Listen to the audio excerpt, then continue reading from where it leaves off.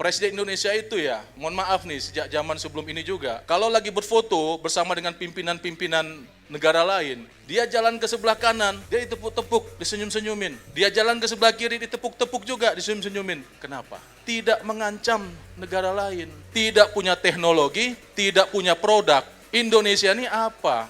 Indonesia tidak mengancam, tidak dibutuhkan. Nah, coba nanti dicek.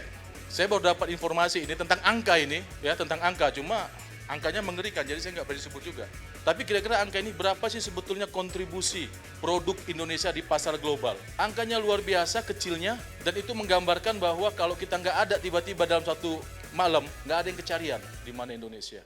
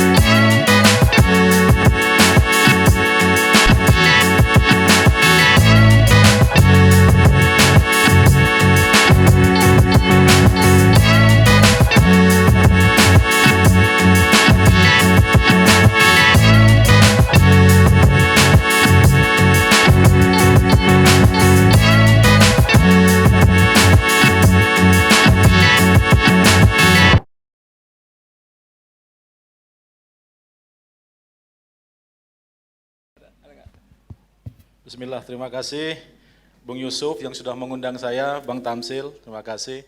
Saya tahu Bang Saganda mau dan memang sepantasnya dia akan jadi gong, jadi saya mendahului. Dan saya ini kan hanya pelengkap saja. Saya ini kalau bahasa Melayu itu ada tidak melengkapi, ya kan? Kalau nggak ada nggak bikin ganjil, gitu.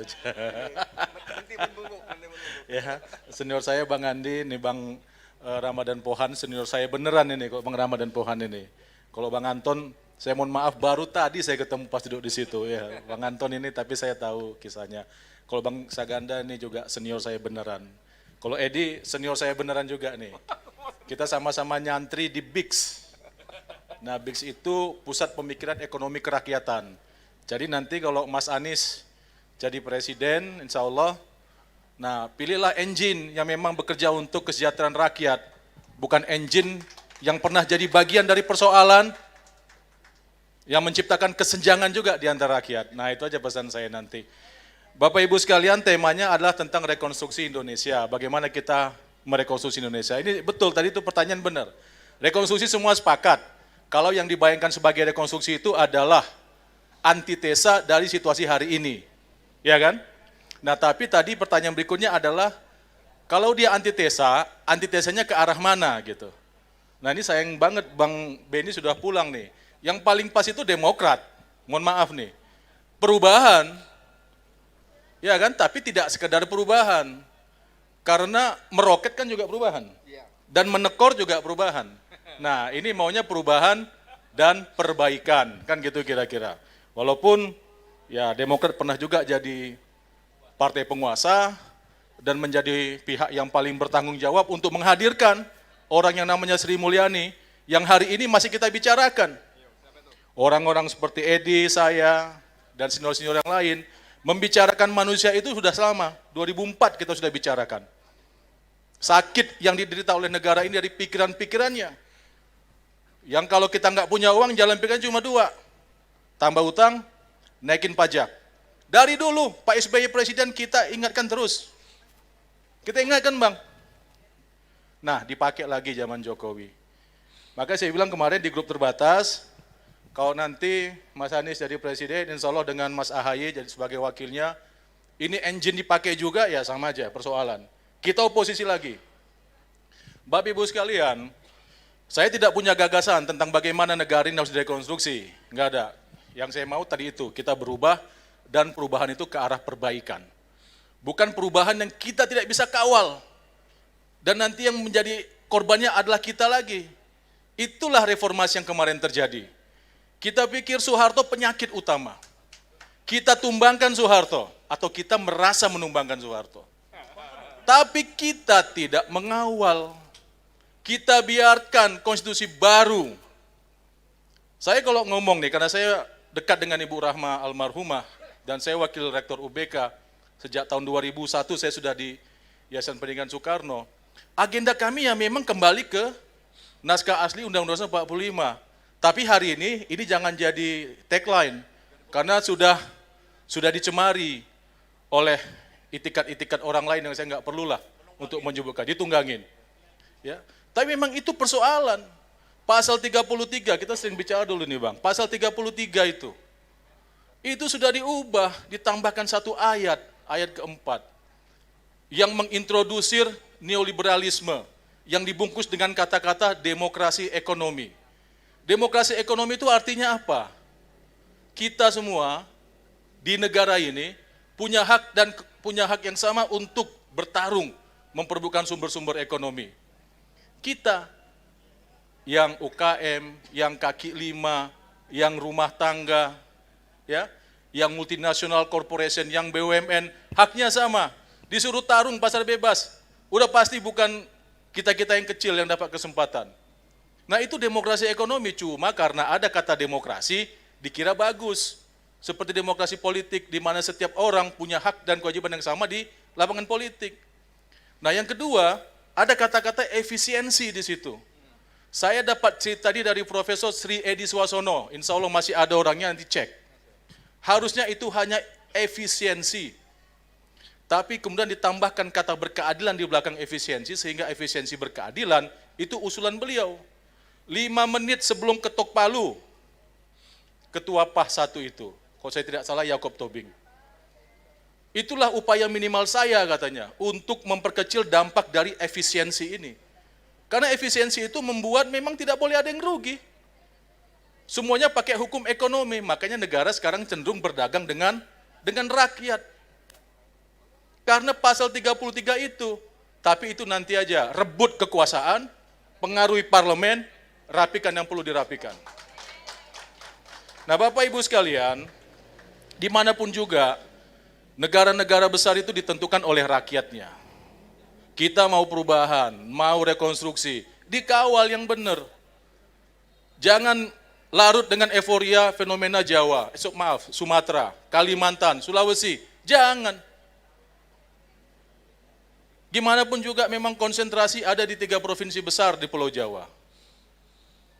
Ya kita abaikan dulu faktor-faktor invisible hand ya dalam proses pemilihan umum. Ada Jawa Barat, ada Jawa Tengah, ada Jawa Timur, itu direbut. Diimbangi saja 50-50. Ambil Sumatera, ambil Jawa, ambil Kalimantan, ambil Sulawesi, ambil Papua, Maluku, dan Nusa Tenggara. Baru menarik. Tapi kok kita terjebak pada euforia penyambutan Anies, ini negara terlalu banyak orang yang mencari kesejahteraan. Ya, dan kita harus periksa diri kita sendiri dan kawan-kawan di sekitar kita. Keramaian itu karena apa? Nah, ini kan terlalu serius nih Bang. Bang Ramadan, terlalu serius, ya kan? Nah, Bapak Ibu sekalian, yang saya bayangkan juga, walaupun saya tidak berani membayangkan, kehadiran Indonesia di level internasional. Saya kebetulan juga dosen hubungan internasional di Syarif Hidayatullah Jakarta di Ciputat. Dan sekarang juga saya di Muhammadiyah di Lembaga Hubungan Luar Negeri. Saya pernah juga di Pemuda Muhammadiyah Ketua Bidang Luar Negeri. Memang saya kelihatannya di-assign oleh Mbak Rahma untuk ngurusin yang begitu-begitu. Makanya saya suka sekali tadi, mana tadi Ibu moderator kita, Ibu MC. Bilang ini forum kiri katanya. Wah saya mah kiri banget. Saya ini kiri banget, saya ini Ketua Umum Perhimpunan Persahabatan Indonesia Korea Utara. Sayangnya Mas Eko Suryo Sancoy nggak hadir. Nah itu kakak seperguruan saya tuh di pesantren Al Rahmawatihiyah. Kalau datang dia bisa membenarkan cerita ini. Saya kiri banget gitu, ya kan? Kiri sebagai sebuah ideologi challenging, menantang. Ya, kalau yang kanan kita anggap sebagai sesuatu yang status quo, ya, sesuatu yang established, maka perlu ada yang menantang, kiri. Makanya kalau di Amerika Serikat atau di blok barat, yang kiri itu sosialis komunis kan? Tapi coba kalau di Uni Soviet, yang kiri itu yang pro pada kapitalis liberalis, gitu loh. Jadi jangan selalu asosiasi berpikir ini, wah kiri ini komunis, kiri ini sosialis. Enggak, kiri itu menantang, men-challenge. Kalian tidak boleh ada satupun kekuatan yang itu menganggap dirinya sempurna dan berada di atas yang lain. Enggak boleh. Harus tumbuh perlawanan. Dan nanti pun kalau Anies insya Allah jadi presiden, ada yang melakukan perlawanan pada dia, biarkan. Jangan ditindas. Jangan lakukan kesalahan yang dilakukan oleh orang-orang yang kita bilang hari ini nggak benar. Harus ada yang mengkritik Anies. Nanti kalau nggak ada yang kritik Anies, insya Allah saya yang kritik Anies. Iya kan? Marah nggak nih forum nih? Kok saya bilang saya mau kritik Anies nanti? SBY berkuasa saya kritik, Megawati berkuasa saya kritik, masa Anies berkuasa saya nggak kritik? Nah, salah benar itu nanti mas, kritik aja dulu, iya nggak? Presiden dulu, ya kan? Jadi kritik itu pada penguasa, pada yang established gitu loh. Nah, jadi Bapak Ibu sekalian, kita ini kosong. Di luar negeri itu nggak ada pembicaraan-pembicaraan, nggak ada lah. Ya di PBB pastilah semua negara anggota PBB. G20, ya rame lah, kita tidur juga jadi ketua G20. Ketua ASEAN, ya kita tidur aja giliran. Nah tapi kan di orkestrasi sehingga itu sebuah kemenangan. Kita pernah voting jadi anggota tidak tetap Dewan Keamanan PBB, menang. Lawan Maladewa. Karena memperebutkan wakil Asia. Tapi selebrasinya, sehingga itu memikir, wah bener juga ini. Gitu. Nah kita di luar negeri kosong. Presiden Indonesia itu ya, mohon maaf nih, sejak zaman sebelum ini juga, kalau lagi berfoto bersama dengan pimpinan-pimpinan negara lain, dia jalan ke sebelah kanan, dia ditepuk-tepuk, disenyum-senyumin. Dia jalan ke sebelah kiri, ditepuk-tepuk juga, disenyum-senyumin. Kenapa? Tidak mengancam negara lain. Tidak punya teknologi, tidak punya produk. Indonesia ini apa? Indonesia tidak mengancam, tidak dibutuhkan. Coba nanti cek, Bang Anton, Bang Ganda nih, yang concern pada isu ekonomi, coba cek. Kita kok ngomong komoditas, pasti selalu komoditas mentah semua. Batu bara lah, ya, nikel. Yang kita belum ambil edit value-nya di dalam negeri. Kita nggak proses. Kita jualnya apa? Gelondongan mentah. Ya kopi, ya coklat, semuanya begitu. Kita ekspor tenaga kerja ke negara lain. Nah, coba nanti dicek. Saya baru dapat informasi ini tentang angka ini. Ya, tentang angka, cuma angkanya mengerikan, jadi saya nggak berani sebut juga. Tapi kira-kira angka ini berapa sih sebetulnya kontribusi produk Indonesia di pasar global? Angkanya luar biasa kecilnya, dan itu menggambarkan bahwa kalau kita nggak ada tiba-tiba dalam satu malam, nggak ada yang kecarian di mana Indonesia. Nah kira-kira begitu, nanti angkanya kalau ditanyakan berapa, di luar aja, ini karena ada kamera nih. Kalau Edi kan baru masuk, kemarin kan?